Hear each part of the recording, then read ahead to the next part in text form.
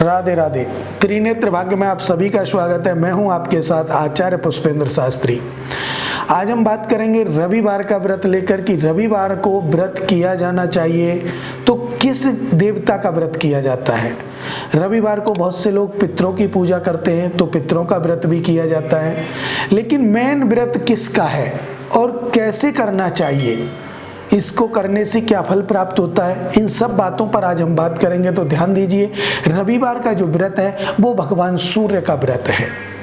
सूर्य भगवान को प्रसन्न करने के लिए, स्वास्थ्य को ठीक करने के लिए, मनोकामना को पूर्ण करने के लिए, हमें माँ लक्ष्मी की प्राप्ति के लिए सूर्य भगवान का व्रत किया जाता है। सूर्य भगवान का व्रत करने के लिए आपको सामग्री की आवश्यकता होती है, जिसमें फल, मिष्ठान, रोली, कलावा, चंदन, बतासे, चावल, दूध, ये सारी सामग्रियां हमारी पूजा में इस काम आती हैं, तो पूजा में होनी चाहिए। उसके बाद रविवार का व्रत या तो 1 साल तक लगातार कीजिए, या सिर्फ 12 रविवार व्रत कीजिए, या सिर्फ 30 रविवार व्रत कीजिए। रविवार व्रत का नियम है या तो 12 कीजिए, या पूरी साल कीजिए, या 30 व्रत कीजिए। इतना करने पर आपको भगवान सूर्य की कृपा होती है। अब रविवार वाले दिन आप लाल वस्त्र धारण करें, भगवान सूर्य को प्रार्थना करें, जल चढ़ाएं भगवान सूर्य को, जिसमें पुष्प लाल कलर के डले हों, मीठा हो कुछ, और भगवान सूर्य को ओम सूर्याय नमः, ओम भास्कराय नमः, ओम भानुवे नमः, ओम मित्राय नमः आदि मंत्रों से जो आपके मन में कामना है उस मंत्र के द्वारा आप उस कार्य को, जल को अर्पण कर सकते हैं, जिससे भगवान सूर्य प्रसन्न हो।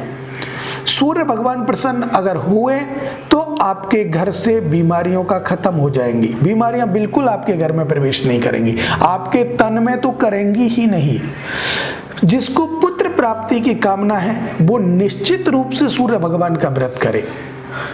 जिसको धन की परेशानी चल रही है, पैसा नहीं है, वो भी भगवान सूर्य का व्रत करे तो उसको धन लाभ होता है।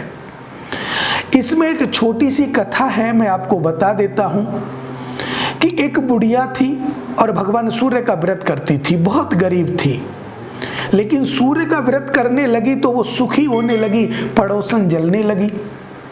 अब बुढ़िया पर गाय नहीं थी तो गोबर गाय का उस पड़ोसन की गाय का लेकर आती और अपने घर को लीपती, भगवान सूर्य का पूजन किया करती थी। एक दिन पड़ोसन ने अपनी गाय को अंदर बांध लिया, अब नहीं मिली, गोबर नहीं मिला, तो उन्होंने वैसे ही पूजा करके और सो गई।